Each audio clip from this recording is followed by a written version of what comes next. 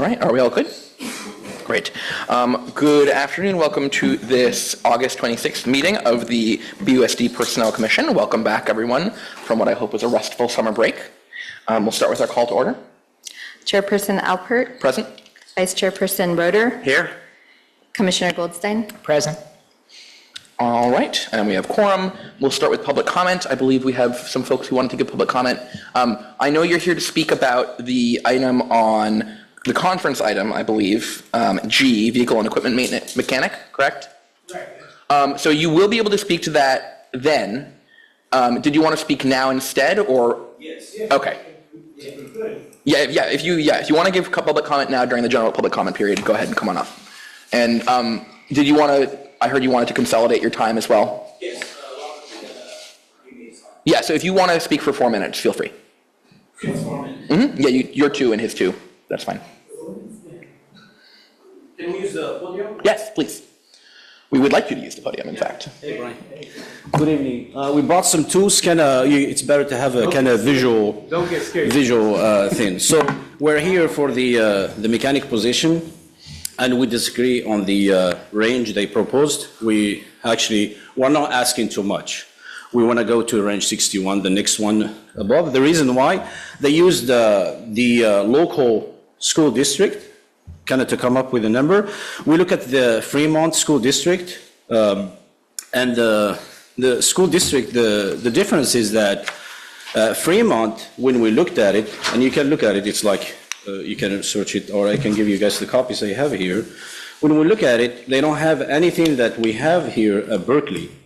And as I remember, when I moved here, they said Berkeley, we're pioneers, we're leaders, not followers. And we want to lead on this. The reason why I have a few things that I brought today I want to talk to you about, not Berkeley, but the Fremont School District, they don't have anything listed on their job description referring to electric buses. Okay, no air conditioning. The new job description requires us, or we are already certified, but the newcomers to have an air conditioning 609 AC certification, and no journey level mechanic is required for Fremont. And we are journeymen. So basically on the mechanic world, you start by apprenticed, then you become a journeyman, then you become a master mechanic. Robert has been here in the district for 20 years. 20 years. I've been here for 10 years, and I think we're above being journeymen, right? We're kind of the masters in this trade. After 20 years, I think we know what we're doing, right? The other thing is that the high voltage thing, it's kind of, it's the elephant in the room, right? And we came here today to discuss about it, because we bought the buses, I believe, in 2019. Till today, we didn't receive any formal training from the manufacturer. We recommended the manufacturer. I remember, this is not a personal, this is I want the training. And anybody that works on high voltage, what's high voltage? Above 50 volts, it's considered a high voltage, okay? We brought this hook over here. You know what's this hook? When you get electrified, you're paralyzed, you stay on the source, your friend, your technician will pull you with this hook. So, and we, since I have connection with colleges, me and Robert, we went for free to attend the training, the Shabu College, for 1 week. We asked the teacher, the instructor, how do we use this? He says, my son, we retrieve bodies. Okay? For your information, the buses we have over here, they're 800 volts. Okay, nobody talked about that. We're here to tell you. For us to work on them, we have to wear these gloves over here. These gloves are dated, they expire. So you have to wear this glove first, you add this one on top, and you add this one on top.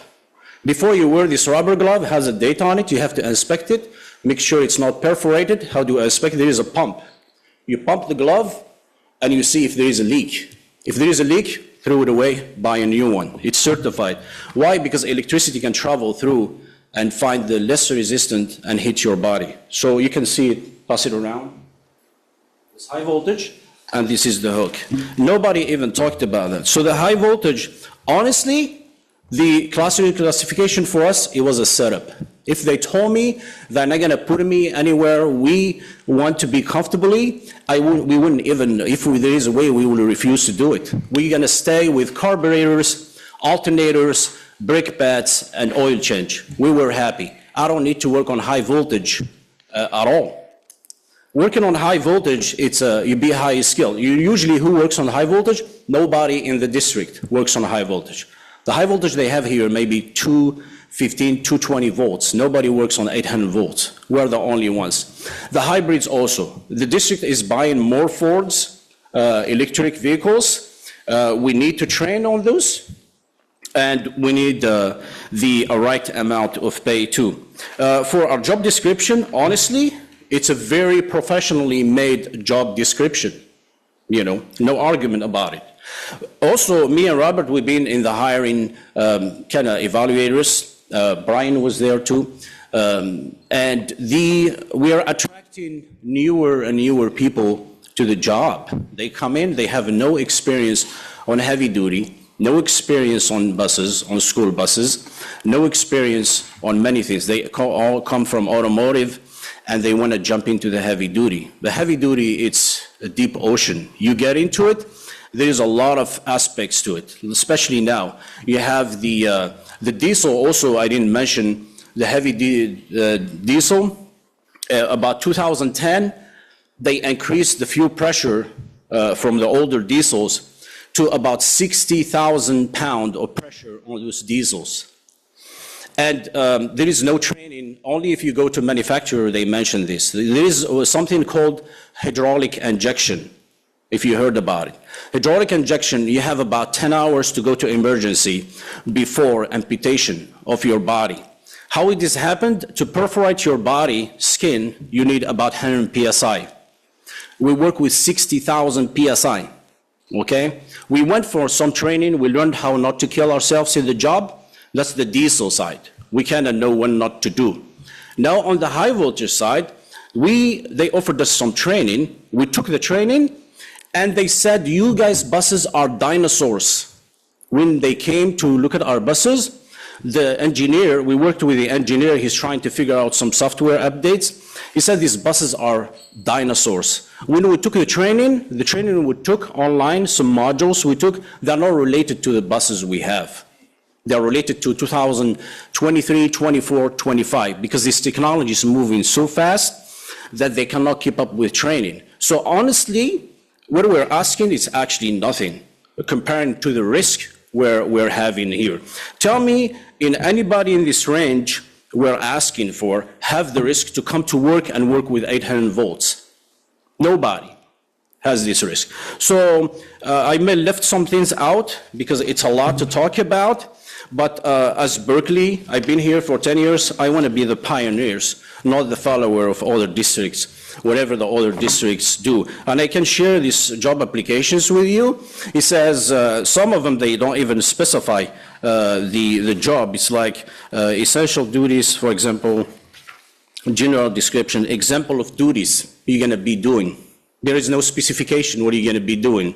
Examples, like it's all over the place. Ours is well made, for a professional, you have to have these licenses.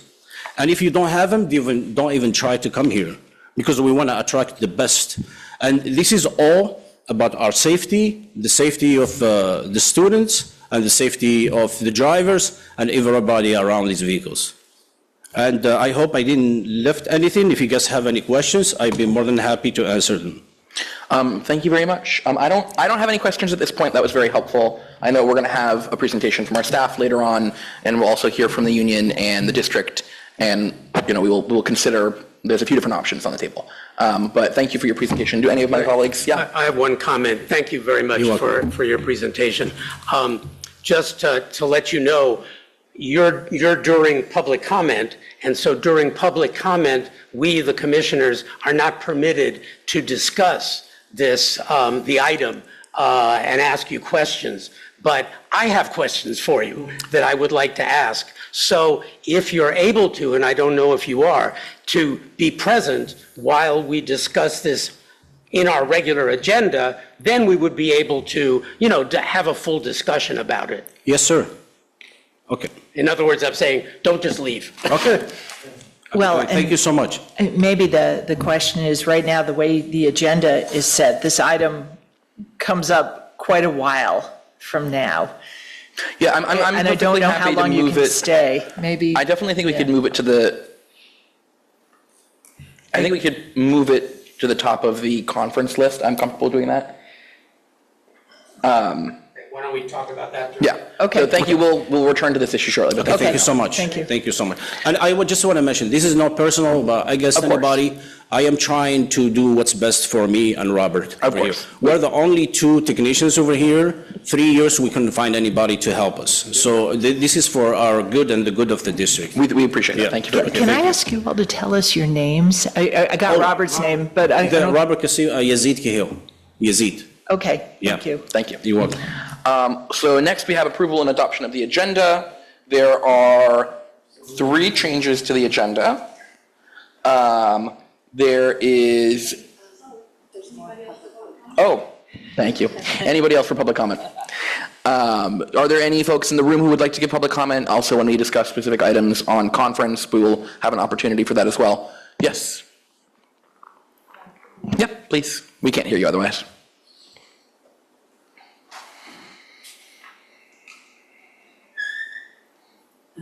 Hi, my name is Jonna Stroud, and I am here today requesting a step up in pay.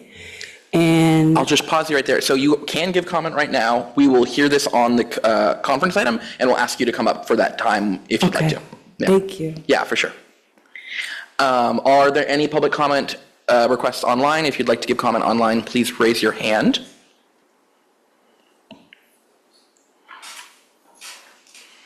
All right. So now, thank you for pausing me there. We'll turn to the adoption of the agenda. I believe we have 3 changes we're making to the agenda. There is a list that we need to pull from consent to conference. Which one is that? That's going to be 720. 720, so that will be the program lead expanded learning. So that will be our, I believe we're putting it last on, we talked about putting it last on conference. And then we have a closed session, which we can remove from our calendar. And then we also will be moving the fleet maintenance technician, approval of new classification, approval of reclassification also. So F and G as conference items will go to first. So we'll take up F and G ahead of A. Are there any questions, comments, or motions on the agenda?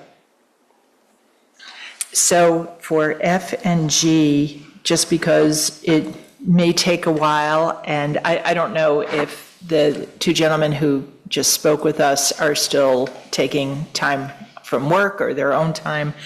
I'm wondering if. You're off work already. You're off work? Yes. So it'll probably be, if we put it to the beginning of conference, it means we won't get to it for about an hour.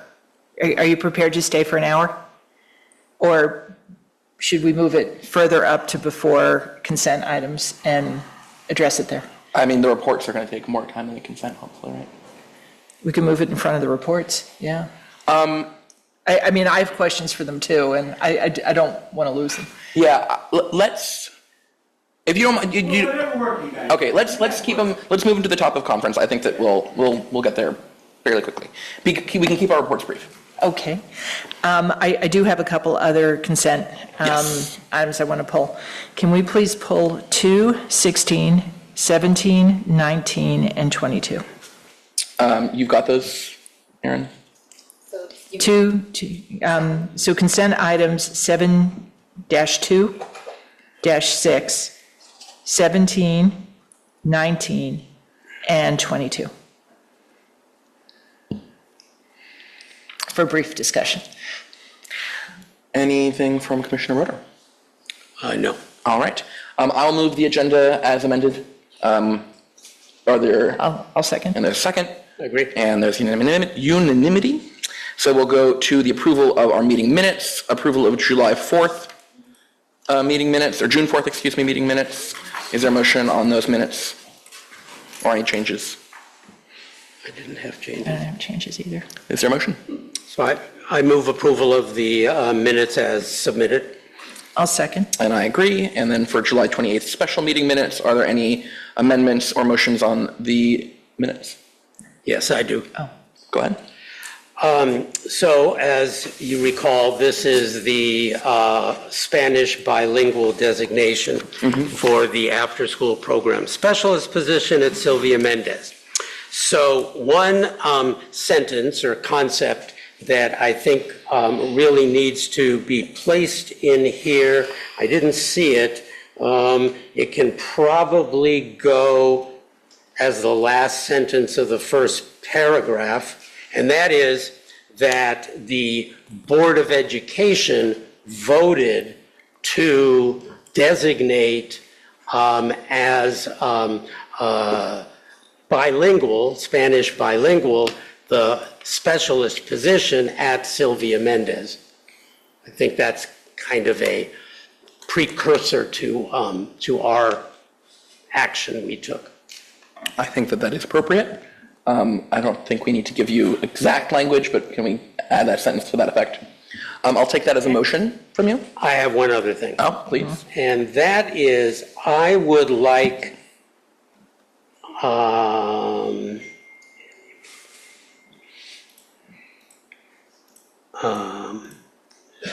I would like to strike at a minimum, strike the last clause in the third paragraph.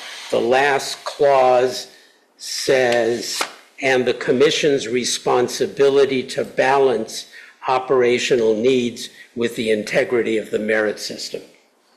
And I'd like to just put an and between preferred bilingual qualifications and the potential implications for seniority and layoff rights. That's fine with me. Okay. All right. So I'll take that as a motion with both of those Yes, changes. And is there a second to that motion? I'll second for And- both changes. And I concur, and we have the, do you guys feel like you captured that? All right, great. So that is our minutes. We'll now turn to our reports. We'll start with our union report. Ms. Connect 4. I don't have a praise that. Welcome back. Thank you very much. Have a good year. Yes, and are there any, is there a report from the union online? Go ahead and raise your hand. Seeing no hands, we shall turn to the district report. Is there a report from the district, either online or in person? So I'll say my questions still, whatever A now is, it's complicated. Yes. There'll be much discussion later. Anything from the audience online? Seeing no hands, we'll go to commissioners' reports. Who wants to go first? No report for me. There's really no report from me either, with the exception of welcome back to school, everyone. We're always the last to be welcoming people back, but nonetheless. And I just wanted to report that once again, our executive director convened an excellent IA SPED committee meeting last week, was it? I think it was or was it this week? It was last week. And we have very good representation on that committee, and lots of important things were discussed, and recommendations and suggestions made. So thank you to Aaron, our executive director, for that. And that's all I have. Excellent. Sounds good. My only report is similarly, welcome back to school. I always know that school is back in session because the Newhouse Cafe near Berkeley High has their pre-wrapped sandwiches again. I don't have to wait for them to prepare them anymore, which is always delightful. So I will keep it at that. I'll turn to the personnel director. Okay. Since nobody had reports, my report's going to be a little long, so I apologize in advance. Good afternoon, everyone. Thanks for being here. It's so nice to see you. We did a tremendous amount of work during the summer. towards, we have a lot of goals set in place, particularly with special education and those hard to recruit for positions. So I'm excited to share some progress we have there. But I'll begin with a brief overview of our personnel activity report for June and July. Those can be found on page 9 and 10. So summers are extra busy for the Personnel Commission. We do oversee classified summer school staffing, and we conduct more recruitments as we prepare for the new school year. So for June, our staff administered 217 exams across multiple recruitments. We also saw that 9 new hires were processed. 7 of those were IA SPED employees. And in July, our activity increased significantly when we administered 448 exams. And that included some recruitments like the Director of Nutrition Services, our library specialists, and again, our IA and expanded learning positions. So between June and July alone, we established 22 eligibility lists, and we administered 665 exams, which really speaks to how busy the summer was for our team. Again, as I mentioned, the focus remained on recruiting for those IA SPED positions. On July 23rd, we did hold our one-day recruitment and hiring event, and we achieved some pretty good goals. We had we had 52 attendees, and of those 52, 44 that applied and tested, and 20 candidates that began onboarding that same day. And then after that, several candidates have completed or begun onboarding after the day of the event. So again, we're trying to have those events so that we could streamline our hiring process. And it takes a lot of coordination. So I really want to thank my Personnel Commission team, and then also our HR friends who actively participate, and then everyone else who came and who also just spread the word about the event. So it's a great way to get candidates started through the process at the beginning of the school year. And then, as Izzy mentioned, we held our 7th meeting of our special ed staffing committee, staffing and recruitment committee. So just a summary snapshot of IA recruitment during the summer. As of August the 25th, there were a total of 237 IA SPED positions. We did at the time, we do have 23 vacancies right now, but those vacancies are being filled fast. So new employees are being onboarded every day. I'm seeing offer letters in my email every hour, it seems. So also from July 1st to August 25th, we had 33 new hires, IA SPED new hires, and then 4 separations. So again, I want to give a big shout out to HR, who's keeping up with all of that hiring as well. So as our committee begins to wind down, we want to come out of the committee with some tangible products and commitments. So one of those commitments is for the PC, HR, and special ed staff to continue meeting monthly to review staffing for SPED, and then stay on top of those vacancies and hiring and contractor use and any other staffing concerns that come up. We're also working toward creating some additional tools and processes to help our staff and our employees. And I'm hoping to bring or present those in a later date once we're a little more ready to present. So another important piece that will affect SPED staffing is our new position, the RBT, Registered Behavioral Technician. We completed our first RBT recruitment and testing process this summer, and we now have an eligibility list with 6 candidates.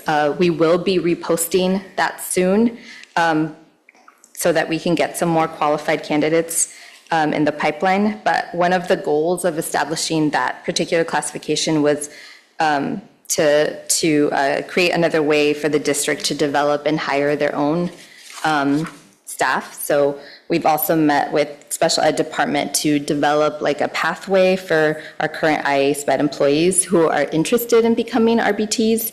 And we provided information and support to complete the required training and assessment and certification process. So we're hoping that again, allows us to build more expertise internally. And I really want to thank Frank for pushing that. His heart was definitely in it. And so he pushed hard so that we could get those positions created. And then again, HR and SPED who helped make that happen. So recruitment and staffing will continue to be a major priority for us. And looking at the bigger picture as well, how we can retain employees and what we could do to help with that retention and professional development piece is something we're looking forward to as well. And then lastly, I want to thank the PC team, as always, for their hard work this summer. There was no slowdown in our work. And so, I'm grateful for the team's flexibility and excited to see what we can accomplish this year. Sounds good. Thank you very much.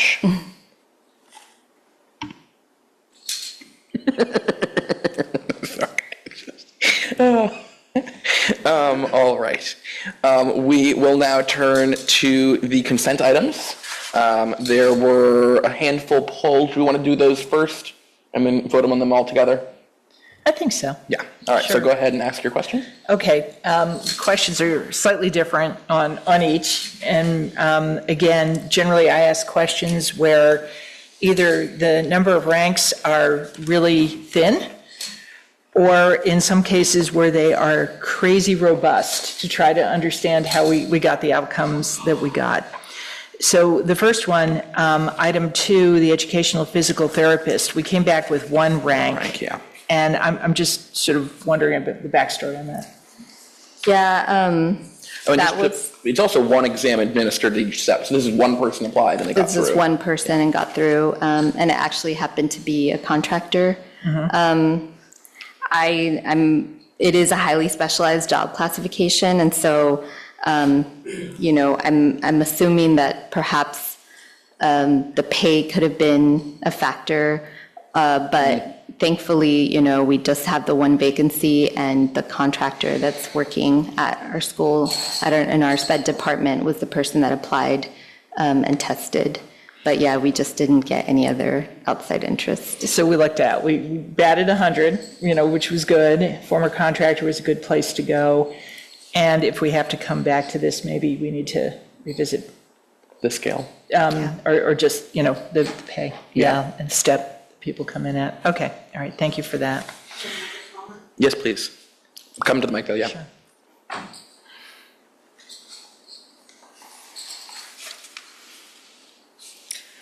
Hi, so I just wanted to share that we did get an inquiry from the agency that this person has been working from, who accused us of recruiting this person, and we shared that we did not. And that we went through the process like we would for any other external, but I did want to share publicly that did come about, and the agency did feel like we were poaching their person, but we did not do anything wrong. So just wanted to share that. Great. Thank you very much. Quick question, Sam. Is that the same agency that we utilize for the IASPEDs? I don't think so. No, it's a different agency. They do have other positions that we may take advantage of at some point, but I don't think it's the same agency that we're using for IA SPEDs. Great, thank you. Do we have any idea why this person decided to come to Benefits. BUSD? I'm assuming, because of the benefits. Honestly, we don't know because we didn't, What we've been told through the grapevine is benefits. Okay. Okay, nice. Okay. Good to know. Next is Okay. 6, I believe. Right. So 6 was the, right, yes, quite a the long very big eligibility list that has 17 ranks and 27 people, which is not our biggest eligibility list this time. And, I was just curious, was this from the fair? Is that? exactly. Those are Okay. the candidates that Okay. participated in the recruitment event. Got it. Let's talk about the other one that was very big, and that was the student records assistant. This was number 21. I noticed in your stats that there were 132 written exams. Can you give us a little background on what you think happened there? I wish I could answer that, but we got 299 applications for that recruitment. Wow. So that took multiple days of screening and. How many applications? 299. 299, okay. And the reason I ask after things like this is sometimes we have heartburn on cut scores. And this is exactly the kind of thing that causes that heartburn. It's a huge number of applicants. It's bigger than we are typically able to process. How did you do the written exams? How many proctored exams was that? We, at the end of the day, we had 61, I believe, that took the written exam. Oh, sorry. Well, no, it looks the like there were second, 'cause 132. We did it in two, remind me, Brian, it feels like so long ago now. We need to administer 2 written examinations. Yes, we had to do 2 written examinations, that's correct. So we The had, volume was too high for any other type of. that was when we had to make a call that we couldn't possibly schedule, like typically how we would try to do like a second oral exam. That was impossible, so we had to pivot and run a second written exam.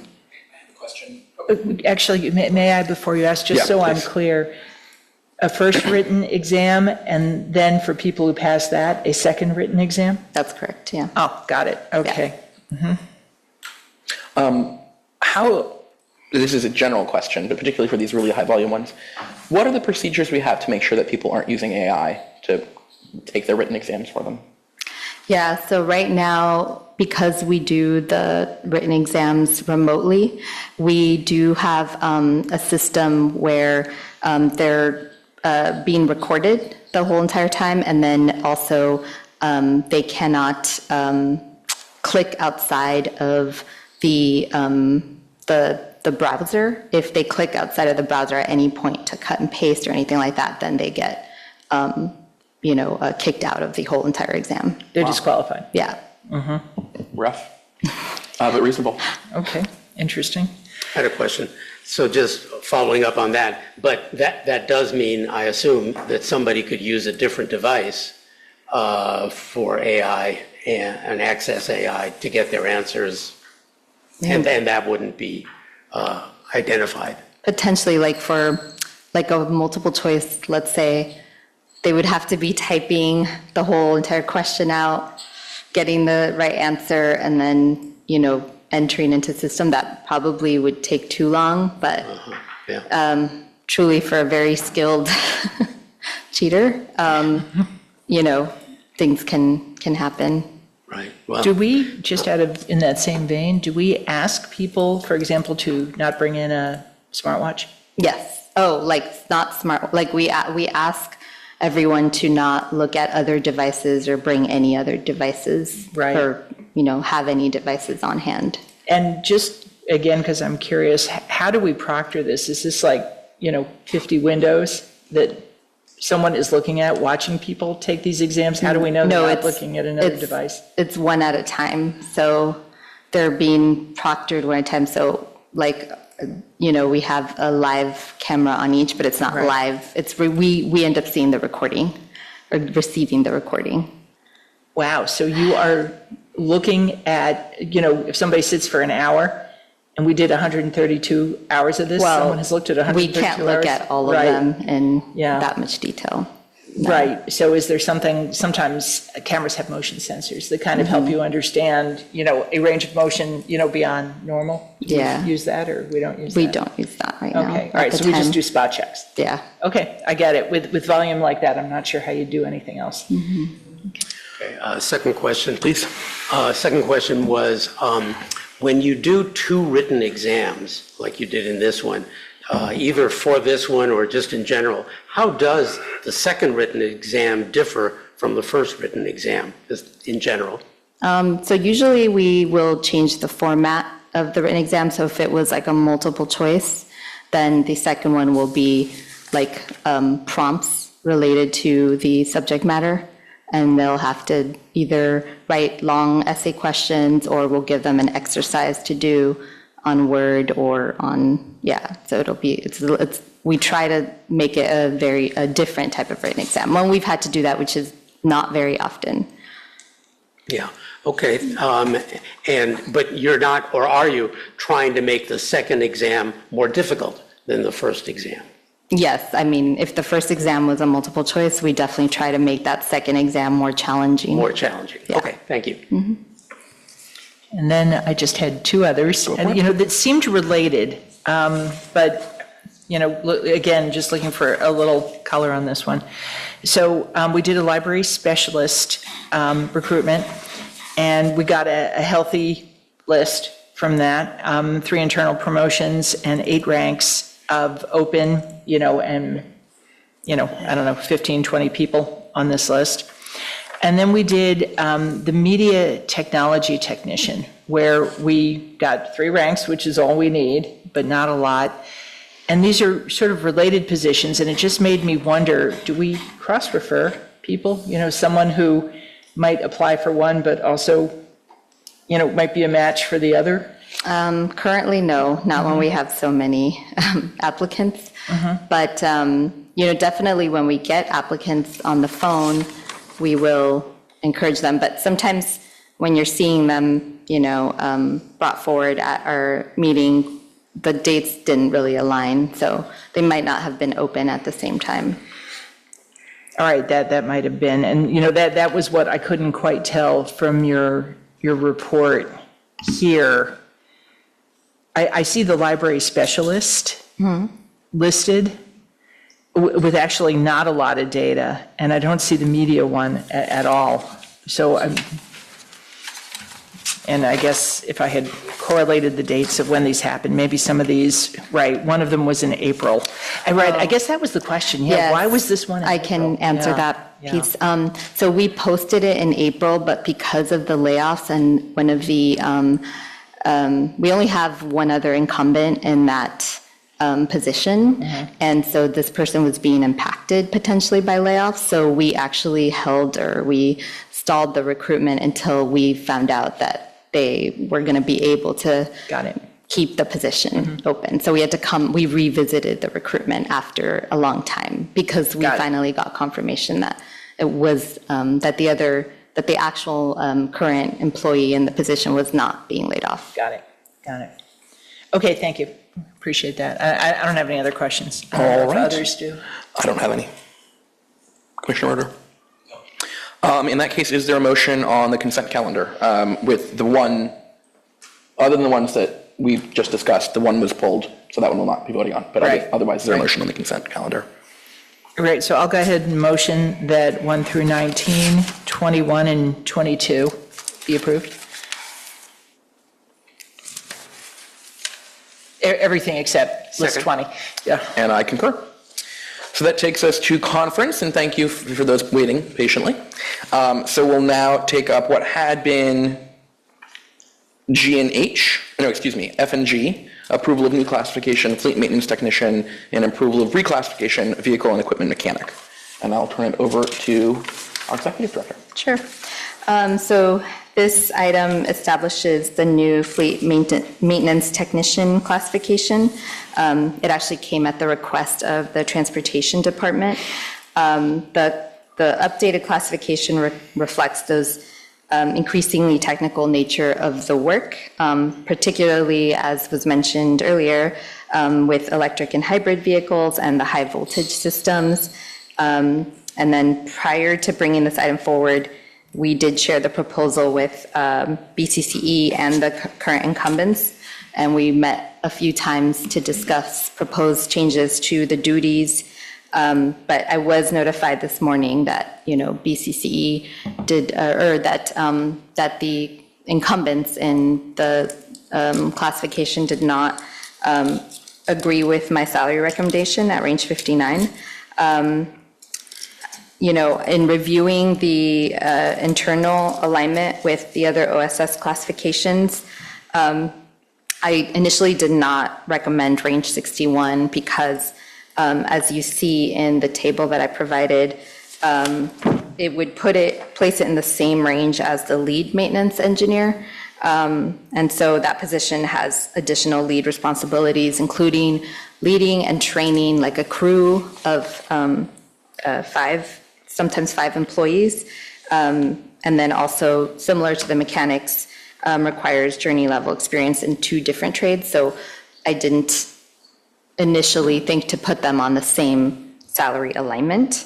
But I know that's open for discussion. And I definitely believe that range 59 recognizes the increased technical responsibilities of that technician, and also maintains that internal alignment. So that I'll. And they're currently at 53. They're currently at range 53, correct? Yeah, so what you've recommended is range, going from range 53 to 59, what they're requesting is range 53 to 61. Correct. Okay. And just so I'm clear, the separation between each of the ranges Is 2.5? 2.5%, right? So 5 times 2.5. I think we calculated it. It's about 15. $2 an hour difference. Yeah, so $2 difference at, I can actually give you the 61 rate. So the 61 rate is going to be, if you're looking at my flyer right now, with the table that shows the range 53 versus range 59, if we're looking at just step 5, 61 is $57.86 per hour and $9,438 per month. So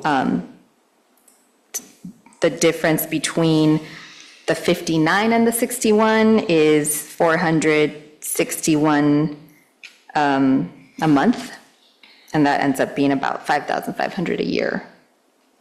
Is that at step 1? That's at 5. Oh, you said 5? Yeah. Okay. I did have a question. Yeah. Maybe it's a very silly question. Is there a step 60?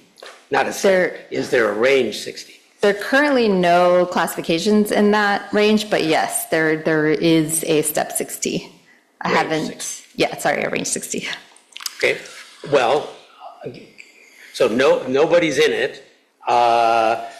Is that 2.5% less than 61, but 2.5% over 59? Yes. That's how the math works. Yeah. Before we get into it too much, I do want to invite both the union and the district to speak on this. I'm interested in hearing, and then I think we can ask questions of all 3 folks. All right, may I ask just one last? Yes, go ahead. I think fairly simple question that maybe someone will need to look up so they can help me with this. When you flip over the flyer, there's some comp wages. And we know one of the things that distinguishes BUSD from some of the other school districts are the benefits package that we provide and the coverage that we provide. So part of my question is, as it faces Fremont and Hayward, which have a higher hourly rate than the others that are there, how do we compare with respect to benefits packages? So Hayward only gives their employees, I believe it's like a $2,500 stipend for health benefits a year. So that's a much less than what? $2,500 a year? Mm-hmm. That's all. Yeah. Wow.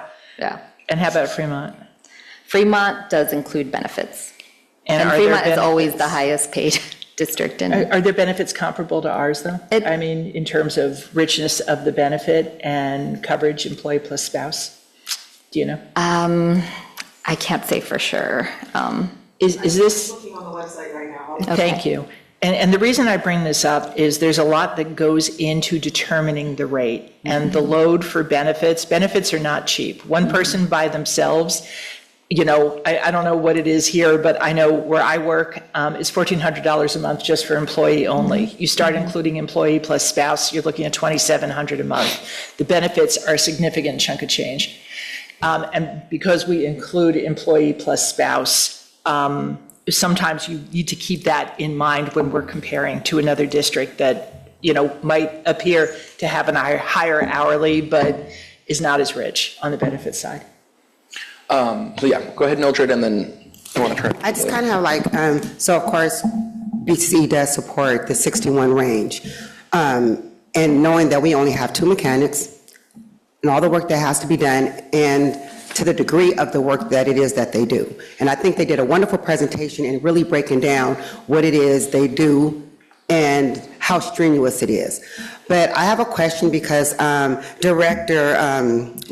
Director Arenas said that comparing the lead maintenance at a 61 to mechanics at a 59, I guess that was her recommendation, which I didn't understand why it would matter, because we have budget analysts that are higher and they're not leads. But they're like a 69, I think that was it 69? I can't remember, but it's higher than a 61.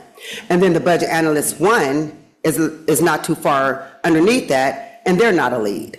So I don't think that because the lead maintenance is a 61 and they are trades have anything to do, because that is separate from the work that our mechanics do and to the degree of the work that they do. And if you really want to break it down, even with their trades, and we look at, especially listen to the presentation that they had said, I don't even know if they're on their level. So you might want to go higher. So that's just, what I want to say as far as supporting our mechanics. Thank you. Can I ask a question? Mildred, can I ask you a question? Yes, sir. So is what you're saying? Yes. That in BCCE's opinion, Yes, sir. the work that is performed Yes, sir. by the lead, is it lead mechanic? Is that the correct terminology? No, it's lead, I was comparing it to Maintenance. It's lead the lead maintenance engineer. Lead maintenance Lead engineer. Yes, sir. maintenance engineer. That the work being performed by the lead maintenance engineer, even though the titles may be somewhat different. Yes, sir. But the work itself. Yes. Is comparable, or maybe putting it the other way around, that the work of the fleet. The fleet maintenance, is a technician or Fleet engineer? maintenance technicians. Yes, sir. Proposed that work is comparable to that of the lead maintenance engineer. Yes, I'm saying that the title that you just stated is comparable or higher than the lead maintenance engineer. I have a follow-up question. I think this might be for Aaron about that. It's a good question. So the lead maintenance engineer is not supervising these folks. They're supervising other No, people. totally separate. Hold on. Oh, I'm sorry. I It's thought you okay. were asking me. No, you're good. Yeah, so they're doing separate things. So one of the things that we heard in the presentation particularly was about the issue of high voltage and high Right. pressure. And is that something that the maintenance engineer is dealing with? I don't believe so. I think that's strictly a mechanic thing. But yeah, I was using, as far as my internal alignment, I was sticking to positions that were an OSS part of, the wing of the, or branch of BCCE. And so that's why I used that particular. The lead maintenance engineer, those are people performing maintenance on buildings and facilities? Yes. Yeah. Okay. And they are also journey level, and they need to have journey level experience in 2 trades. But their job description does clearly say that they are leading and directing a crew. Right. So I want to see if HR has anything to add, and then I want to shape the discussion a little bit, and then we can get into some debate. Frank has his hand up. oh, Let's go to, we'll go Frank, and then we'll go to Sam. Yes. Go ahead, Frank. Good afternoon, everyone. I just want to bring up one thing. Yazzie, touched on it, but I just want to make it a little louder or say it again. This position has been vacant for 3 years. I think that's where really got to consider bringing the range up higher. All the positions that you have just discussed, they don't have vacancies. We always hire. They're filled immediately. But this position, they just can't fill. So we got to do something with this. And it's actually a safety issue that's going on in the maintenance yard.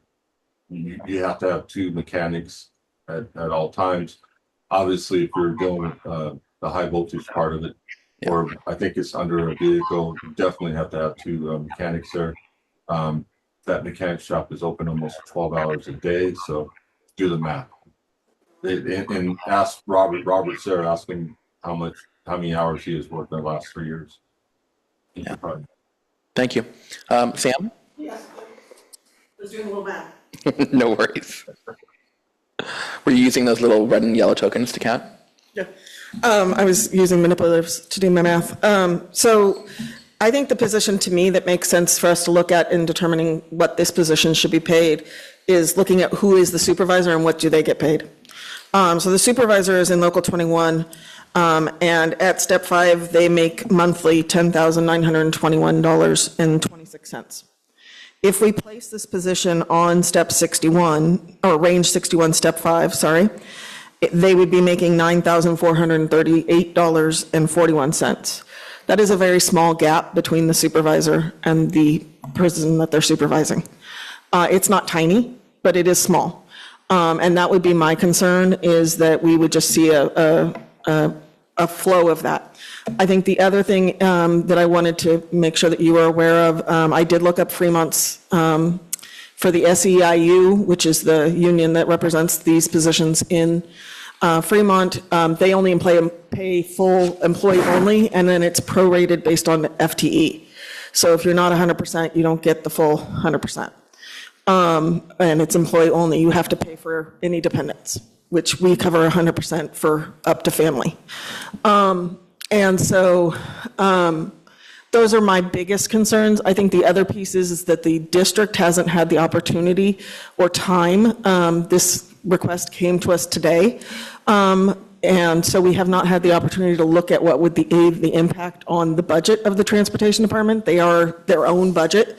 They don't use general fund. And so we'd have to see what this impact would be within that, so that we're not impacting general fund separately or anything else, to be able to determine whether or not we can afford to do this. I think the other piece to me that is the reason that I was not in favor of like pulling this item and then having the conversation is the fact that I do agree with Frank, as well as everybody else, that this position has been sitting vacant and we do need to fill it. I would encourage the fact that we do want to move forward with this, but I would also say that the district is committed to, even if you guys approve it at the lower pay rate, that the district would commit to working with the union to continue the conversation and negotiations about the salary rate. And if we do feel like we can afford it, coming back with a different range. Thank you. That's useful context. I have one substantive question, which is it for the comparables, I can never decide how I'm supposed to say it. They aren't working with the same kind of high voltage. I didn't see that. And if anything, as I noted in that table, they all have less minimum qualifications than what we're asking for that reason. I don't understand. Can you clarify? So they don't have the requirement to work with high voltage. Okay, so it looks like we're the only district that has this kind of fleet. Fremont's been using electrical vehicles since 2022. Okay, so Fremont, which is at the top of the scale, but also. Yeah, but I didn't see all of those minimum qualifications in their job descriptions. Yeah. Go ahead. I don't know if we've used Hayes Point system or something similar here when we evaluate jobs, but I would suggest here that we be careful about what we understand to be comparables here. The idea behind a system like Hayes is it evaluates skill, it evaluates risk, it evaluates on a whole set of criteria for positions, and it's what enables you to compare very risky jobs like being a telecommunications tower climber, which is, consistently one of the riskiest jobs in the world, to that of university professor, for example, okay? We ought to make sure there's a fair amount of rigor. Every job has got some measure of risk, including teachers who may have students who walk in with a gun one day, right? So using a very demonstrable, rigorous way to understand and evaluate, amongst other things, the risk of a job, because this clearly does have risk, and I hear that loud and clear. I also hear maybe there's a training issue. that needs to be addressed to make sure that the staff that we do have is adequately trained. They came with great PPE, I'm assuming we have the right gear, but, the training part may be an issue. So I think it makes sense to pull this and reevaluate this on several fronts. And before I started looking at, step 60 or range 60 or what steps or separations, I would try to do something like a Hayes evaluation to make sure that you've really got a rigorous way that you're doing the comparisons. So this is where I want to kind of put the framework of what our options are, right? One question is whether or not we approve it today. And I know that regardless of the disagreement about where the exact range should be, both the union and the district would like to move towards hiring this as quickly as possible. So, I'll give my framework and then I want to hear what you have to say. So I think that's one factor. Whether we approve it today, we can approve it at 59, 60, or 61. Those are kind of the three that are on the table. If we approve it at 16, 59, or 60, then the district and the union will go into conference, essentially, meet and confer about the range. So that will continue the conversation. One thing I'd be interested in hearing from staff also is what kind of assurance, if we do approve it at step 59 or 60, what kind of assurances we can have around, like, can we ask to put this on the agenda for next month to get an update on the status of meet and confer where we could adjust the range again, for example. So, if the question is, do we want to get this as quickly as possible, how can we make sure that we are still addressing the equities, even if we approve it today at a different range, or we could approve it at step 61. So I'm interested in hearing. Well, you kind of said it because you said that when you mentioned range 60, and then considering, I guess, the supervisor and where they are placed, but if we look at 60, that'll put a larger difference between this position and the supervisor. And then there's no one that is even placed in range 60. So I would like for that to also be taken into consideration. Yeah, absolutely. Thank you. I'm going to go first over here. You haven't spoken in a little bit, and then. Oh, go ahead. Okay. I think we're putting the cart before the horse. We can always make a retro correction if we need to.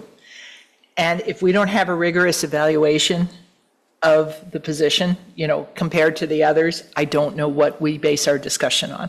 So do I understand that you're recommending we approve it today at 59 and request it come back, or not? Nope, I'm suggesting the whole thing gets deferred, obeyed, whatever, that we do that rigorous evaluation and that it comes back with that evaluation so that we have some better data to compare. And the example I'll give, it's a tech example, it may not be the best one.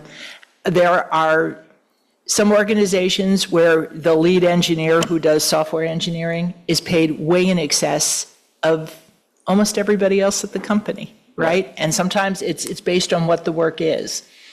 And this is why I'm such a fan of some kind of standardized, rigorous evaluation, because, high voltage sounds scary to me, but is it scarier than having to climb tall buildings, walking on roofs, et cetera, or is it just a different kind of risk?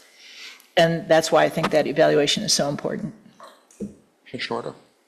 Well, I did sort of changing the subject for a second from the range. I just wanted to be sure, is everybody in agreement on the actual classification itself? The minimum qualifications and the abilities? So we're not, that's fine. Yes, sir. I see a lot of We heads met- nodding in agreement. We met Okay. multiple times with Okay. both the mechanics, the district, and BCCE.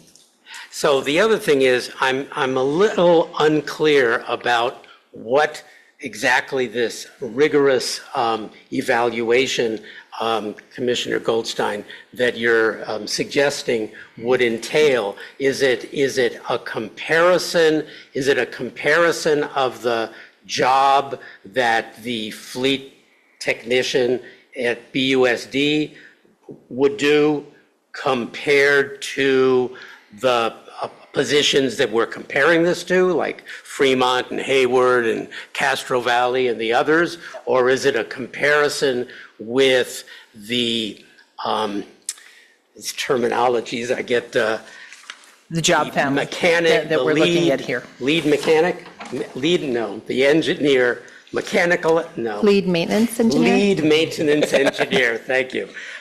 So I would leave this. Is that what are we going to be comparing? So I think I'm talking about a term of art that probably HR and our commission staff understand better and have experienced more.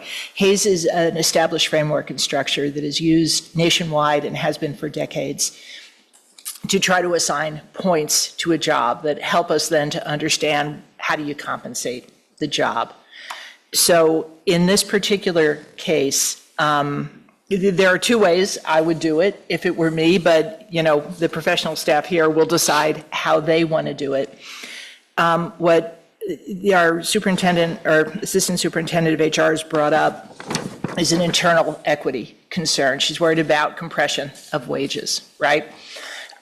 So you certainly want to look at the positions that you think are, rated above it and rated below it, just to understand how you're sitting on internal equity. It would also be important to take a more precise cut and understand, we kind of go by job descriptions when we look at this little chart, comparing hourly wages. We need a better level of precision here to try to understand risk, because risk is the issue that we're discussing here. These are job descriptions that are publicly available. Erin has shown us which job description she looked at for each of these. So again, if we're just trying to understand why are we not rating it the way Hayward or Fremont is rating it, let's just look at those two. So this is not a very big project to make that evaluation. So I would like us to approve the job description today. I think that it is a safety issue to only have 2 people in the role. And regardless of what we settle on in terms of the pay range, I don't want to delay hiring. And so I'm going to vote for whichever motion includes that. That being said, I think that there is a process we can encourage and also request it coming back to us next month to finalize this question about the exact pay scale. I think that I'm less positioned. There's a lot of very technical details here, as you have said, and I think that I don't feel particularly like I have all the information I need to know whether the 5960 or 61 is most appropriate, given also the fact that HR hasn't had a chance to evaluate its impact on the budget and this kind of issue with the supervisor. So I'd like to hear, I guess, from the union and from HR if they feel like we can approve something today at either 59 or 60, and then have you all go and either with assistance from our staff who can perform some kind of, evaluation of comparables, but also engaging your own budget-based meet and confer around where you end up. And then we can approve an adjustment at our next month's meeting based on the results of either that study or that kind of meet and confer process. That would be my preference. Well, just a quick comment.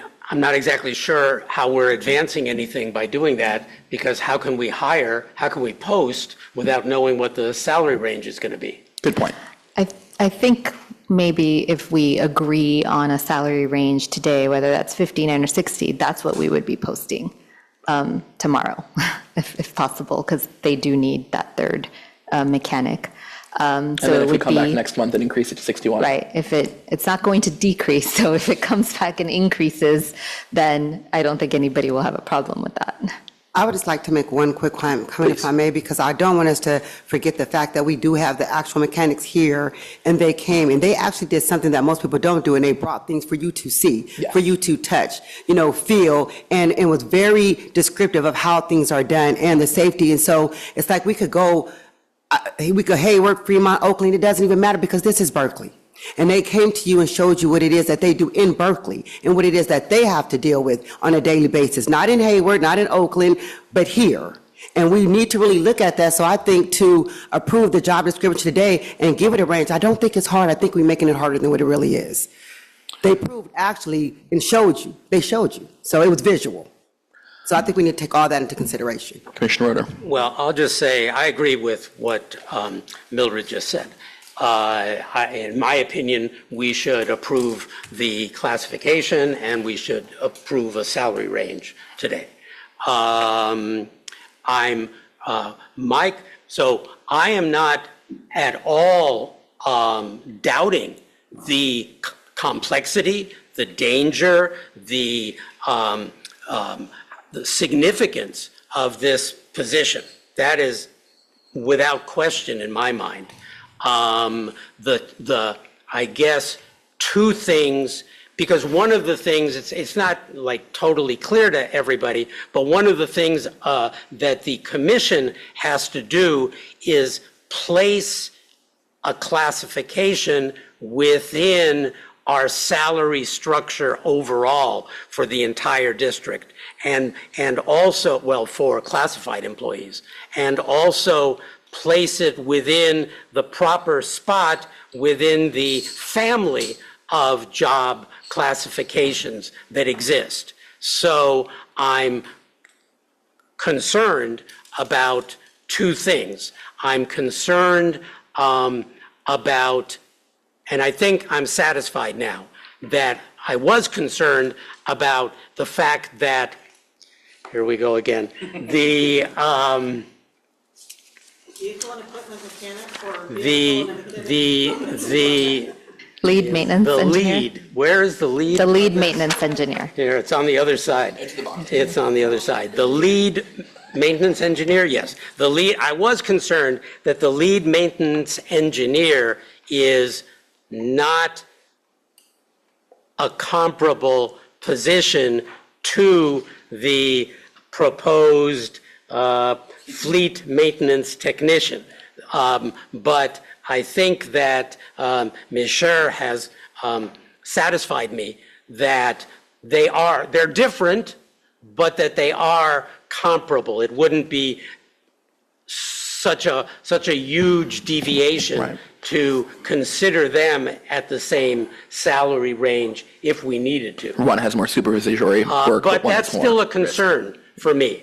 And the really big concern is the one that expressed by our assistant superintendent, where the supervisor would be at not that much above, from a salary standpoint, the range of the fleet maintenance, fleet maintenance technician. So that's of a bigger concern. So I kind of am leaning toward the Goldilocks approach, that it looks like 61 might be a little bit too high because of that, whereas, and 59 may be a little bit too low, and 60 may be just about right. And from a budgeting standpoint, it's hard to believe if there are only 2 employees and maybe in the future 3 employees, and the dollar difference, I'm on the audit committee, so I have some idea of these dollar differences, that It won't break. that's not what's going to break the budget of the transportation department. So that's my I agree. thoughts. And with that, I'll make a motion, I think, which is, I'm going to move that we accept the job classification and accept the transfer, the reclassification, with the new job classification being at range 60, but also requesting that the union and the district meet and confer, and that we get a report back next month to hear an update. I'll second that. Could I suggest a friendly amendment? Absolutely. Instead of a range that we don't know, do we know what range 60 is? Well, I just know, not the dollar amount, I just know it's 2.5. Right, so % more. you just did the math, okay. Yeah. And I guess the question is for, because once we do it, it's been approved, and if it's okay, you think, budget-wise? I'm not willing to like negotiate in public, but. No. It is only 2.5% difference, is what I can say. Right. And so it's a difference between a 15% raise if we put them at 59. It's a 17.5% Right. raise if we put them at 60, and a 20% raise if we put them at 61. Right, and it's The too, differences from between them and the supervisor is a range of, it's at the smallest 16%, or 18.5, or 22% difference. Right, and the real worry is what it does to the supervisor position, and then what that change does to other things that are keyed to it, which is why I'm inclined not to monkey with the range just yet. You know, if, I like everything else about what you proposed, you know, except the range. I would, my friendly amendment would be range 59. You know, because if we're going to come back and revisit it, let's come back and revisit it. And if we're going to have to retro-correct something, let's retro-correct it. And in the meantime, we've got 5 steps on range 59, you know, that help us here, you know, get to something that we think is attractive enough until we figure out something better. I just don't understand what the impacts are going to be on a different salary scale. And, you know, I think until we understand that, a more conservative approach is a better idea. Tell me again, Commissioner Goldstein, so what's the friendly amendment? Just instead of range 60, range 59. Keeping it the same, but still asking them to come back next month. It's not that much of a difference if you really do the math between 59 and 60. It really is. And that cuts both ways, of course. Right, cuts both ways. But what do you think? As the second to the motion, I'm not willing to accept the friendly amendment. Yeah, I think I'm gonna stick with the motion. But All I right. appreciate it. The discussion. Okay, so did you guys vote? Yes, I made the motion, he seconded the motion. Nay. Nay. So thank you. We will expect you back next month. And we also expect a job posting tomorrow, more importantly. Do my best. Thank you. And thank you both, thank you to the engineers for being here as well.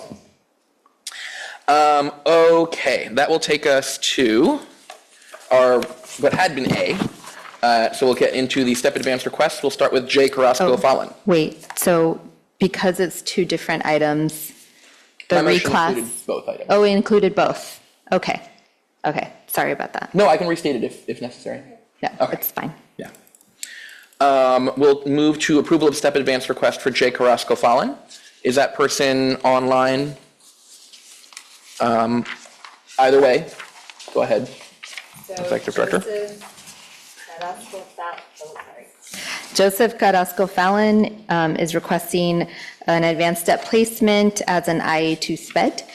He brings over 5 years of directly related SPED experience, including 3 years working at Berkeley High through ProCare, the contractor. He holds a bachelor's degree in sociology, and based on his qualifications and ongoing recruitment challenges, I'm recommending a step 5. It says step 4. So it ends up being 5 because Oh, you're I starting at step counted 1. 4, but the one is already, they're already out. Understood. Yeah. So 4 additional steps. Yes, 4 additional steps. Yes. Thank you very much. You'd think after however many months of doing this, figured that out, but nonetheless, back from summer. We have a hand online from Samsung, who I'm assuming is Carrasco-Fallon. If you'd like to speak, go ahead. Please unmute yourself. Oh, hello. Yeah, I'm sorry. I just heard that I was getting called up and you were wondering if I was here. And yes, I'm here. No worries. This is an opportunity to give public comment if you'd like. I will just note that the executive director has recommended your advanced step placement at the top of the range. I just wanted to say hi. Hi to everyone. Thank you. Thank you for being here. Thank you for working for the district. This is a very important role. Thank you for the opportunity. I appreciate it. Are there any questions or comments or a motion? I'll move that Mr. J. Carrasco-Fallon be placed at step 5. And I'll second. And I concur. Thank you for being with us. All right, that will take us next to, if I can scroll here, Z. Salman, excuse me. So Zarina Salman is requesting advanced step placement. She's also an IA2 SPED. She brings nearly 4 years of directly related educational experience, and she holds both a bachelor's and a master's in sociology, along with early childhood development training. So based on her experience, I'm recommending, and our difficult, challenging recruitment, I'm recommending a step 5. And is Ms. Salman available? Feel free to raise your hand if you'd like to give comment. But seeing none, are there any questions, comments, or a motion? I'll motion this time. I'll motion that we go ahead and accept our executive director's approval for step 5. Second. And I concur. All right. Next up, we have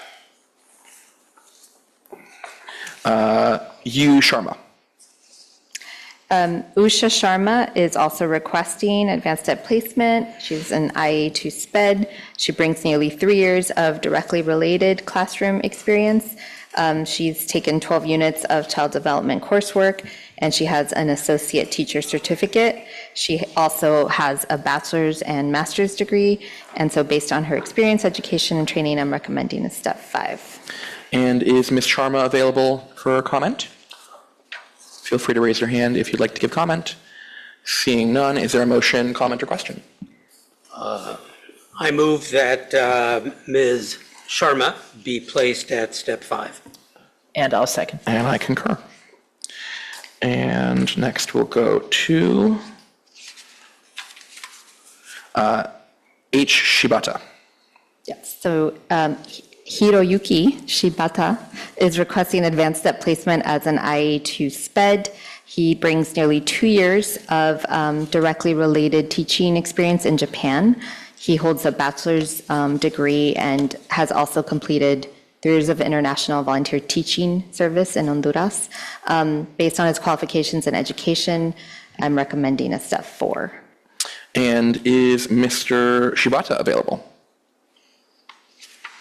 And I'd like to give comment. If so, you may raise your hand. Seeing none, are there comments, questions, or a motion? I'll go ahead and motion that we accept the recommendation for placement at step 4. Is there a second? I second. And I concur. I love the we have a international pool of applicants. which is exciting. Actually, a really amazing Yes. range. Jay Stroud. So Jonah Stroud is requesting also advanced step placement. She's been recently hired as an IA2 SPED. She brings over 6 years of related education and childcare experience. She also was a previous employee at BUSD, and she's completed 43 college units. And so based on her directly related experience and our difficult recruitment, I'm recommending a step 5. And I know Ms. Stroud is here, so don't know if she'd like to come. And thank you for your patience also.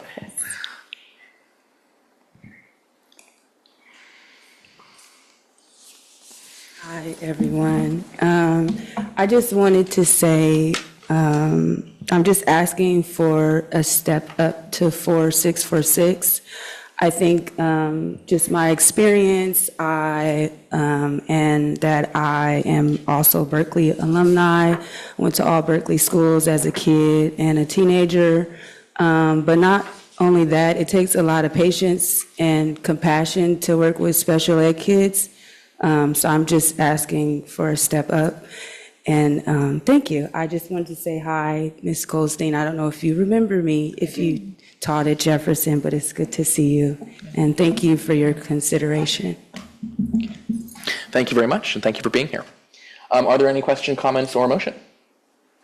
Well, I would just like to say thank you, Ms. Stroud, for coming and talking to us this afternoon. And thank you very, very much for for continuing to be a part, since it sounds like you've been a part of our district most of your life in one capacity or another. So I look forward to your continuing work with our special education kids, because they really are, that's why they're called special, because they really are special. Thank you. Do you want a motion or? Sure, I'll move that Ms. Stroud be placed at step 5. And I'll second. And I concur. Thank you for being here. I'll make a note also that recently, every year there are studies done about what makes it livable, to live in the Bay Area. What kind of wage do you need to be able to actually live here, pay rent, buy food, whatever, as an individual. And this is a crazy place to live, and that wage is around $32 an hour. And what I'll say is I'm proud that we support our SPED IAs to be able to do that. Probably you can't live in Berkeley on that wage, but you can live near enough where it's, I hope, not a ridiculous commute. And, I am glad that our values make that possible. I agree. That carries us through the balance of our step advance request we already took up, the fleet maintenance technician and vehicle equipment mechanic. So next we'll turn to approval of request for accelerated hiring rate Braille transcriber. Okay, so this request came in from Frank Hernandez, president of BCCE, and it's to establish a step 5 as the hiring rate for the Braille transcriber. We currently have 2 vacancies.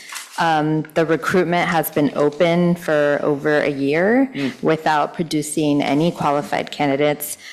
We have also been told by the SPED department that they are currently using a contractor to perform the work. We've heard consistently that the barrier to both recruitment and retention for this classification has been the salary. So based on those challenges, I am recommending that we attempt to, post and recruit at step 5. But I also realize that it is a request that we will have to then forward to the board so that they can approve that as well. Before we get into our discussion, does the district have a position on this item? We're agreement with it. Great, and for those online, they said yes, they agree with the request. I agree with the request. My one concern is that it's not enough. We should do it because it's what we can do, but definitely, the difference between a step 1 and a step 5 is something, but not perhaps enough to fully make up, for. It's a 5% separation, right? And Isn't if it, and if it's been between each vacant step? for a year plus, hopefully it is Yeah. enough, but we'll see. So anyway, I certainly agree, and if there's other comment from my colleagues, please go ahead. Yes, I agree. I'll just hope lightning strikes twice, and maybe if we Yes. up the salary, whoever the contractor is decides they want to come work here. Yeah. And Which we certainly would not we directly don't poach, encourage. we would never poach, but we can offer a competitive salary And great benefits. and great benefits. Is there a motion? I'll motion. I'll motion that we go ahead and approve this recommendation that we recruit at step 5. Is there a second? Second. And I concur. All right, and then next up, we've got a request to extend the investigator eligibility list. Okay, this is a request from Ronald Fletcher. He's a current school safety officer. He's requesting to extend the investigator eligibility list. The position remained unfilled last year, in part because of the district budget concerns, and there was uncertainty around the department's budget. More recently, the department has expressed interest in viewing and updating that classification due to shifting duties within the role of the Civil Rights and Compliance Office. And so because those changes may affect the classification and then a future examination, I'm recommending that the current list not be extended, but encourage Mr. Fletcher and other internal employees to apply once it is reposted. Does the district have a position on this? The district's position is that we don't feel that there's a need to re-up the same list. And Frank, does the union have any comment? This is an unrep management position also, just FYI. Or any union have any comment, I guess I should say. Yeah, go ahead. You're muted, by the way. You're still muted. You can't figure out how to unmute. There you go. There you go. It wouldn't let me unmute. I was clicking like 5 times. And I just have a question. So what is the current list? Like how long? Oh, How many people are on the list? I believe I included a copy here. Is it in there? No, oh, sorry. We forgot to include the copy of the list. I apologize. I think that should be looked at. I think that should be, I can report out. Okay, can you let me know? that was my question. Thank Go you. ahead, come off. Yeah. There you go. I'm attempting to do a count quickly.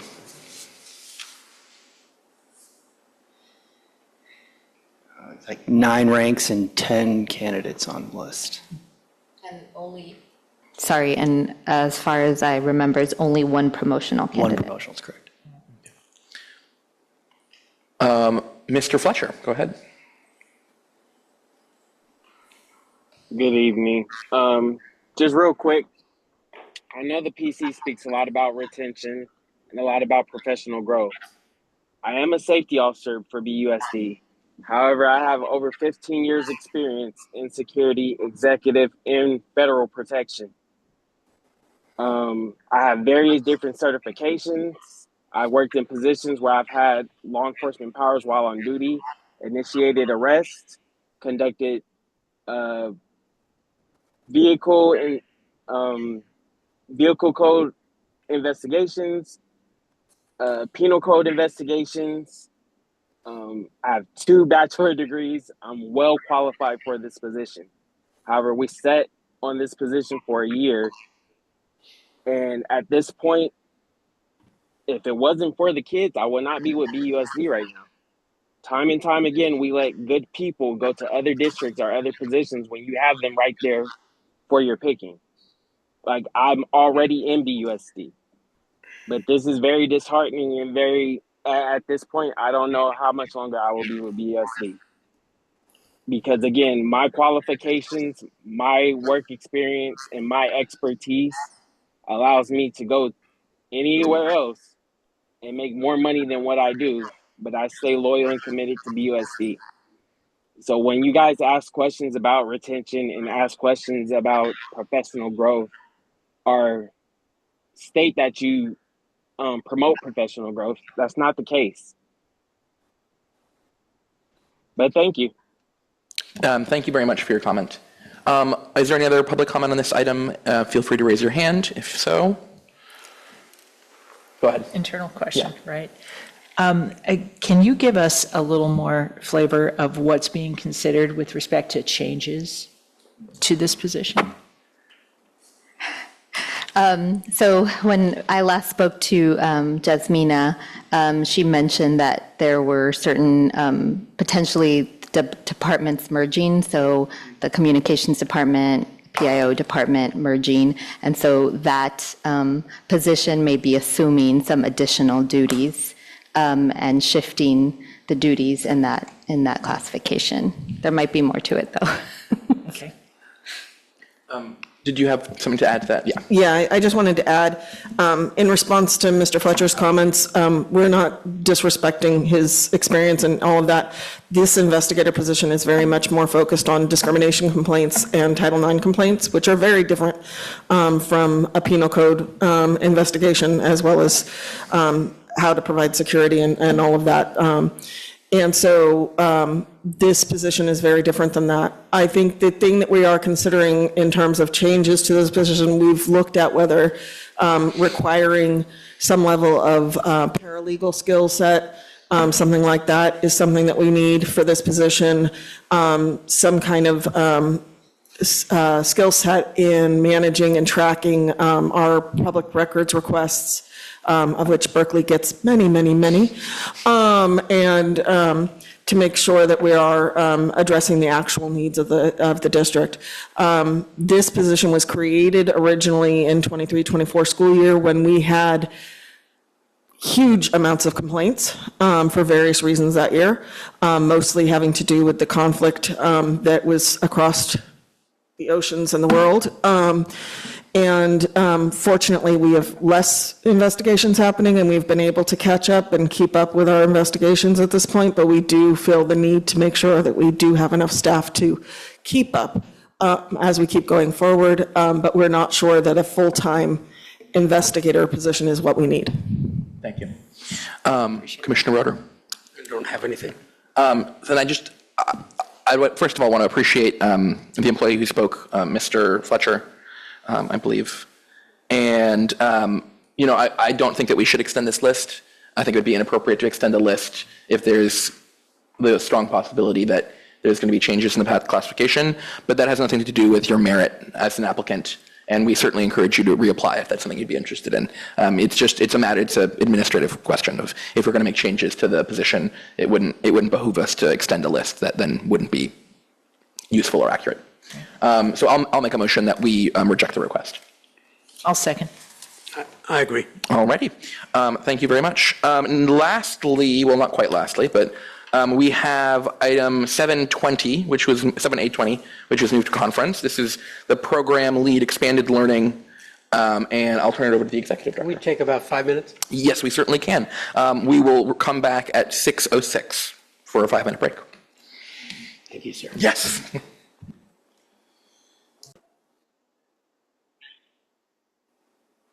All right, thank you all for your patience. We're now back with our discussion of consent item 7A20, the program lead expanded learning eligibility list. This was something that was pulled by request of the union who had questions about the process, and I'll turn it over to our executive director to discuss. Yes, so this program lead recruitment was the eligibility list is being brought forward today for certification and approval. We did complete the recruitment, and just some background, the exam process was developed in consultation with subject matter experts and the hiring program, the department. And so we determined that 2 components were going to be used as part of the testing process. So one of those is the training and experience assessment, and then a scored oral examination.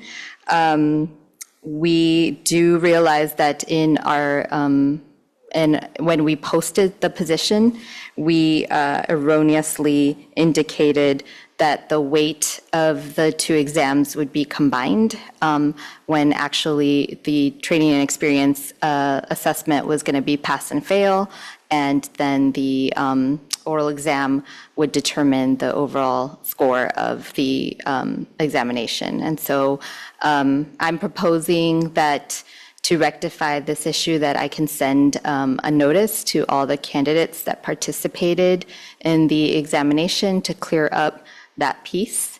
I don't know if there are any other concerns, but that is definitely something we'd be willing. And then moving forward, taking a look at all of our postings and making sure that we get those examination weights accurately posted prior to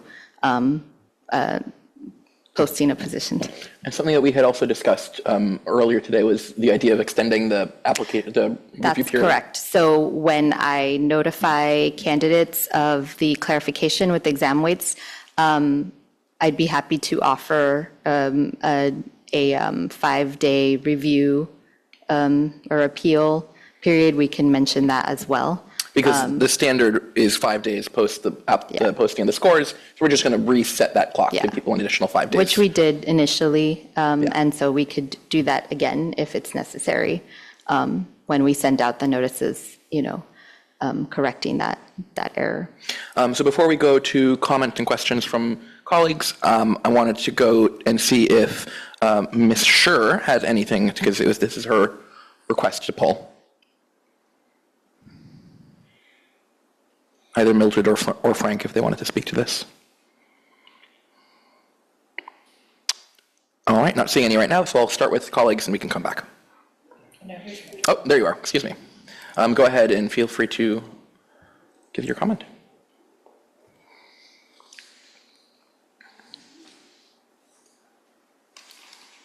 Mute, Mildred. All right, sorry, you guys, I had to rush to work. No worries. My concern, because I want to be clear, it wasn't more so just about to pull. I want to be clear about the way we're doing the process. Hold on, you guys, I'm sorry. I'm at work and the door's open. Sorry about that. My concern is the way that we are communicating with applicants and following our merit rules. So however you rectify is how you rectify. That's fine. I just want us to be clear that we are following the way that the merit rules reads. If it says 2 independent tests in the merit rules, then it needs to be 2 independent tests. If we're going to use a supplemental questionnaire, in the merit rules, it says the supplemental questionnaire is something that you look at prior to going into the testing phase. If the posting says it's going to be weighed 50-50, but it's only based off of one test, we're confusing the candidates. So, and then we're picking and choosing on how we're giving the test. With one job classification, we're doing one way, with a second one, we're doing another way. It just needs to be some clarity and some consistency on what it is that we're doing. And as in the merit rules, it also states, I mean, you can't really say it's the supplemental questionnaire as part of the test, because in the merit rules, it says that you can't post a test. So what I was asking and what I'm talking about is that we just need to be careful and make sure that we're following the procedures and that we're doing everything where people understand, because there are people that's not understanding what's actually going on, because for some, the supplemental questionnaire, people didn't even know that that was supposedly part of a test, but then it was also stated that it wasn't part of the test. You can't take a pass or fail and use a letter and add it to a number and then try to say that it's a combined score when it's not a combined score, because you can't combine a letter, which is a pass or fail at 50%, and then a number on the oral 50%. But there were other issues in the whole process that was brought up, and I really didn't want to bring them to this forum, and that's why I spoke to the executive director separately, because it wasn't about this. You know what I mean? It's just, we need to have some consistent, clear practices that actually follows the merit rules. All right, am I clear? Yes, you're very clear. Okay, thank you. Thank you, Ms. Scher. Any other, and I just want to say I appreciate the diligence in making sure that we're following the rules. It was an error, and we are going to rectify it, and we'll make sure that we keep an eye on those things in the future, and want to make sure that everyone is on the same page about how the testing process will work. Well, I too want to thank BCCE for being rigorous about the testing process, the examination process, and how we notify applicants about that. I agree with what's been said, which, as I understand it, is that we made a mistake.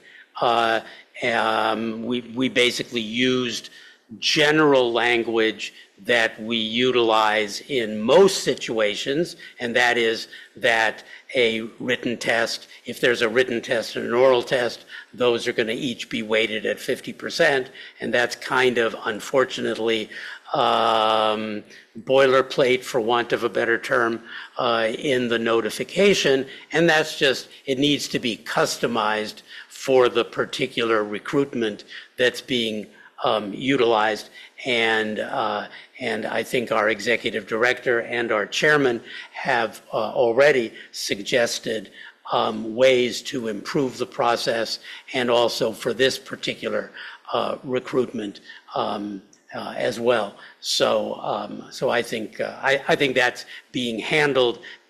You know, mistakes happen, and that's just, you know, the nature of it. With regard to other aspects of it, you know, I have personally expressed my hesitation, questions, I guess, about here we go again, what is it called? The test, no, the something and experience. Evaluation or the experience. Training and experience. Training and experience. Write that down. The training and experience component, because I don't really have a grasp of what the difference is between the training and experience part of the test, which is pass-fail, versus the minimum qualifications, which is basically also pass-fail. Either you have the minimum qualifications and you can go forward, or not. So I would request that we have a discussion as an agenda item at a future meeting, the training and experience component of our testing. And I'm also, because I think that unlike a lot of the other portions of our test, whether it's the written or the oral, this is potentially more subjective. And so I'd like to understand what goes into figuring out how somebody passes versus how somebody fails that portion of the test. But as far as this eligibility list is concerned, I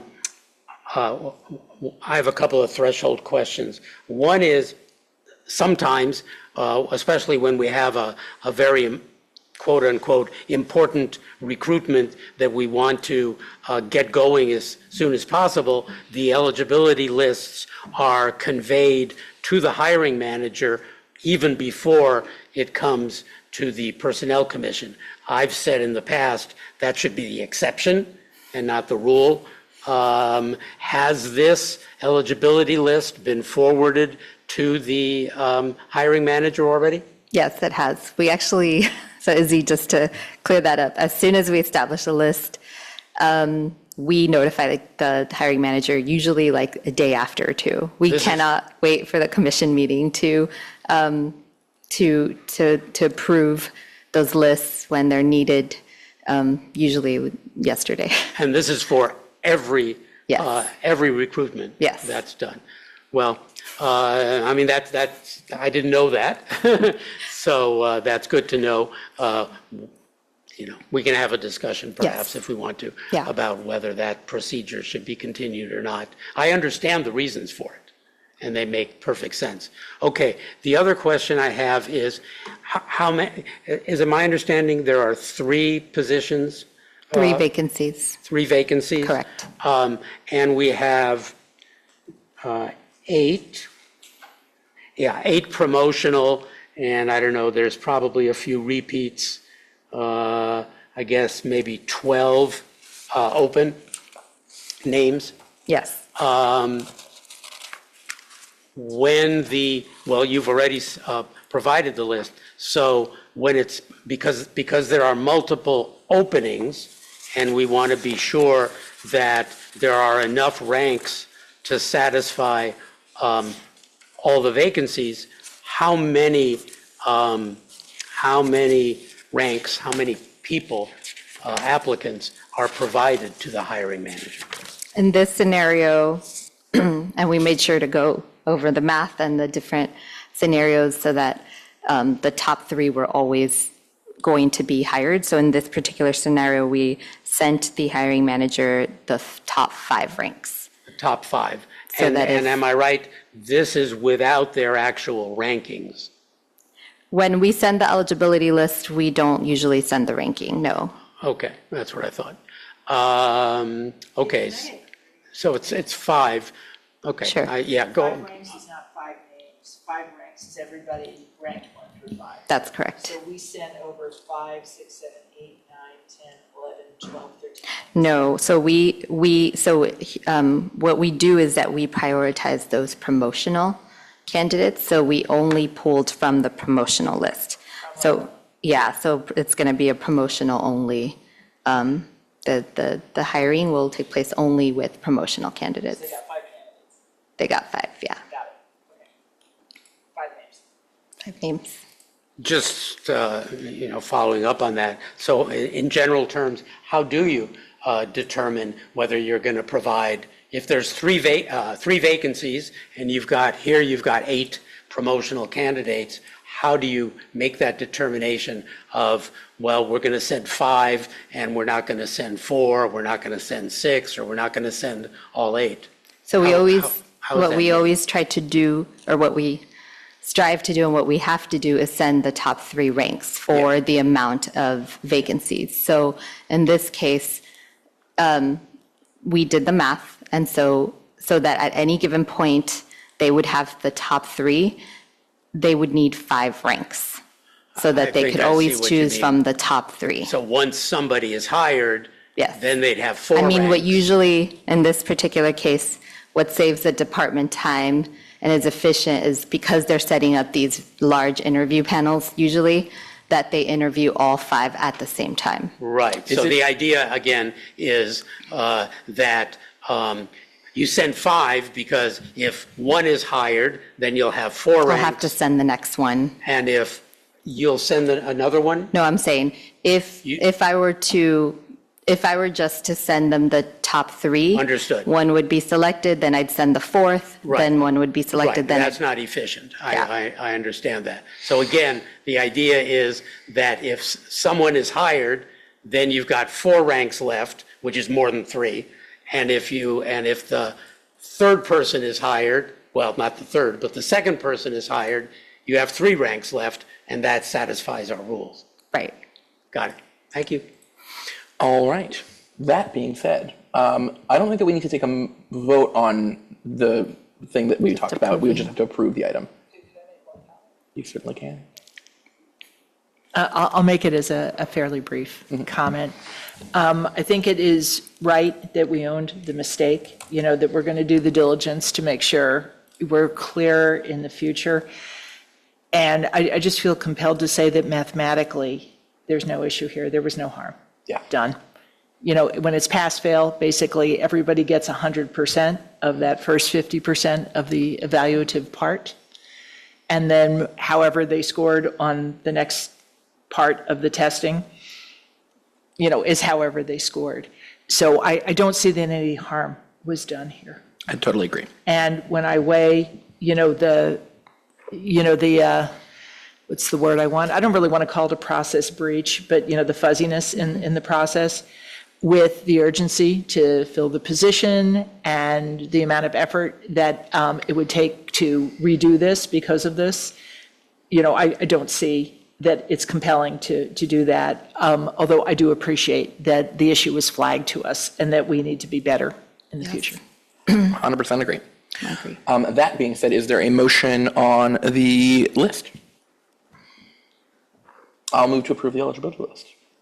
I'll second. And I agree. Great. All right. So that should be the balance of our conference items. We don't have any items on discussion. We already removed our closed session. So that takes us to public comment. Are there any further public comments either in person or online? We have a hand from Bradley Hilton. Please go ahead and give your comment in about 2 minutes. Good evening. I would like to speak about my concerns regarding the current testing process and the possible use of AI by candidates taking the written exams. My name is Bradley Hilton. I am the technology supervisor for BUSD. In June, during one of the busiest times of year for our department, I spent 14 hours scoring 92 short answer exams for the Computer Technician 1 position vacated on April 2nd. I was afforded the opportunity for input on the questions that were given on the short answer portion of the exam, and for that input, I am thankful. However, the scoring process is arduous and burdensome for anyone tasked with scoring these exams. I think we need to review the metrics that qualify a candidate to have their exam reviewed. Many of the exams I scored had too many incomplete or blank answers to possibly qualify to move on in the hiring process. Having to score those exams is a misuse of the time of the scorer. I also want to raise a concern that arose out of scoring these exams. I'm very concerned that remote proctoring does not sufficiently present the use of AI or cheating on these exams. There were many answers among the exams that I highly suspect were aided by the use of AI. Just today, I co-led a PD for middle school teachers on addressing student use of AI.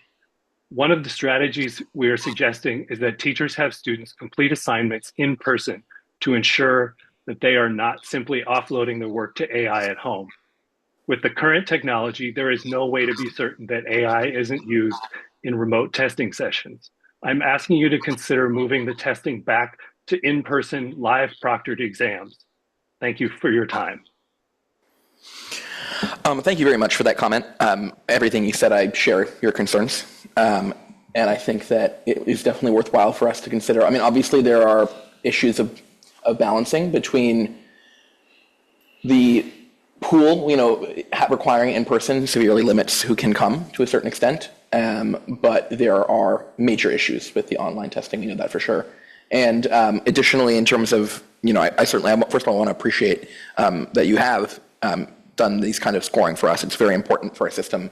And I agree that this is something we've discussed with the cut score, whether we need to raise the cut score in order to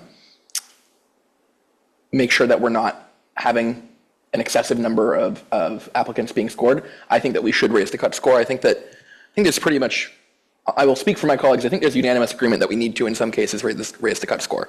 The question is how, and how can we make sure that it's equitable? And so I definitely think that's something that we're going to be looking at in the new year. But I think you've raised another point, which I think is very interesting and I hadn't considered before, which is, can we separately and apart from the cut score disqualify certain exams for lack of completeness?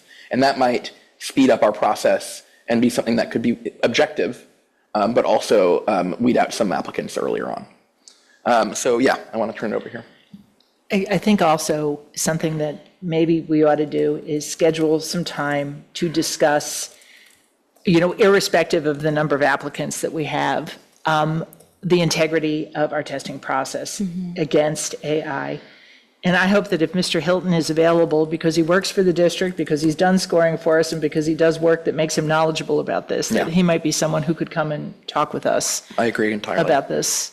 I would be more than happy to. Okay, I'll connect with you, Bradley. All right. Thank you for your comment. Very, very valuable insight. Any more public comment on this or any other issue? All right. In that case, our next meeting date would be 9:30. September 30th. September 30th at 9. Did I agree to that? September 30th at 9:30 in the morning? No, No, 9:30. The dates. I will be out of the country. I won't be here for that meeting. Okay. And I think I mentioned that earlier, but mentioning it again. September 30th, 9 at at the standard time at 4:30? Yes. Yeah, all right. It works for me. That's fine with me. If we're talking about agenda items, I just want to be sure, and now being reminded that Commissioner Goldstein won't be at that meeting. I had requested and do want to have on a meeting agenda the training and experience component and understand that better.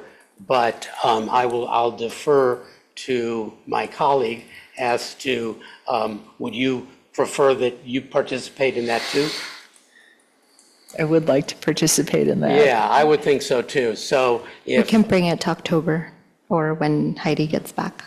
could you say that again? We can bring it to the October meeting so that all three commissioners are present. Okay. I would also like to bring back the passing points matter after I get a legal opinion. Right. Right, cut score. And I think we definitely want to have a discussion about AI. Yeah. And so the question is, do we do that at a regular meeting where we have lots of other things going on? Or do we have a special meeting basically around testing and Cut score. That'd be fine. cut score, AI, training and experience and all that? I don't know